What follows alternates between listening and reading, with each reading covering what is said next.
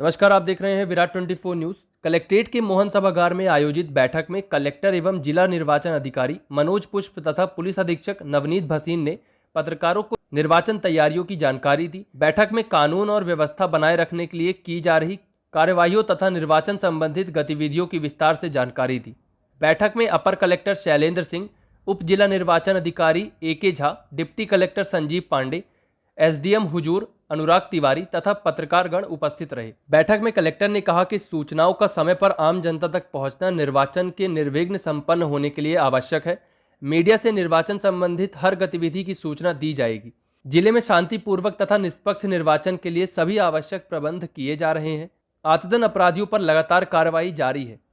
पंचायत चुनाव तथा नगरीय निकाय के चुनाव से जुड़े अधिकारियों एवं कर्मचारियों का प्रशिक्षण जारी है। कलेक्टर ने पत्रकारों से अनुरोध करते हुए कहा कि सोशल मीडिया पर कई बार अपुष्ट सूचनाएं और भ्रामक समाचार जारी हो जाते हैं। सूचनाओं की सत्यता की जांच करके ही उसे समाचार बनाएं। बिना विचारे किसी भी मैसेज को फॉरवर्ड करने से बचें। निर्वाचन से जुड़ी किसी भी सूचना के लिए जिला निर्वाचन अधिकारी अथवा निर्वाचन से जुड़े अन्य अधिकारियों से संपर्क अवश्य करें। कलेक्टर ने कहा कि कलेक्टर कार्यालय, नगर निगम तथा सभी विकास खंडों में चुनाव संबंधित गतिविधियों की जानकारी देने के लिए शीघ्र ही चुनाव पाठशाला नाम से हेल्प डेस्क शुरू किया जा रहा है। इसके माध्यम से जनप्रतिनिधियों, आमजनों तथा मीडिया के साथियों को पंचायत चुनाव एवं नगरीय निकाय चुनाव संबंधी सभी महत्वपूर्ण सूचनाएं दी जाएंगी। इनका उपयोग मतदाताओं को जागरूक करने के लिए भी किया जाएगा। नगरीय निकाय के चुनाव में पेड न्यूज तथा अन्य गतिविधियों पर जिला स्तरीय मीडिया मॉनिटरिंग सेल से निगरानी की जाएगी। सभी पत्रकार साथी फेक न्यूज और पेड न्यूज के प्रति सजग रहें।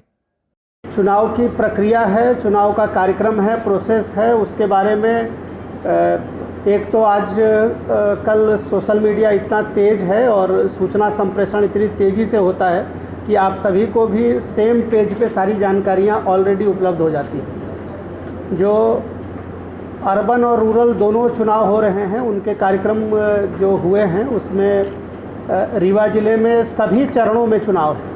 3 चरणों में रूरल होने हैं तो रीवा में तीनों चरण में रूरल में चुनाव होने हैं। 2 चरण में अर्बन होना है तो दोनों चरण में होने हैं।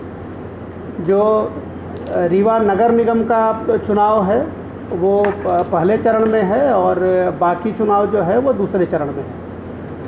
हम लोग जो विशेष जानकारी है उन सभी को आपको फोल्डर के माध्यम से आपको दे दिया गया है। आदर्श आचरण संहिता अब पूरे ज़िले में लागू हो गई है, जो अभी तक केवल रूरल में लागू थी। अर्बन की घोषणा होने के बाद अर्बन में भी लागू हो गई है। संपत्ति विरूपण अधिनियम को सख्ती से लागू करने के लिए हम लोगों ने प्रक्रिया प्रारंभ भी कर दी है और आप लोग देख रहे होंगे कि अर्बन बॉडी में भी और रूरल बॉडी में भी संपत्ति विरूपण के जो केसेज हैं उसमें सख्ती से कार्रवाई हो रही है। जो लाइसेंस निलंबन किया गया है तो उसके रेफरेंस में जो बंदूकें हैं और अस्त्र शस्त्र है उनको जमा कराने का काम बड़े पैमाने पर कर रहे हैं हम लोग। जो पुराने केसेज हैं चुनाव से संबंधित मामलों के, उनको परमानेंट निपटाने की एक तो कोशिश चल रही है और दूसरा उसमें बंध पत्र करने के लिए लोगों को मौके पर जाकर पुलिस और मजिस्ट्रेट की टीम जा रही है, ग्रामीण क्षेत्रों में भी और शहरी क्षेत्रों में भी।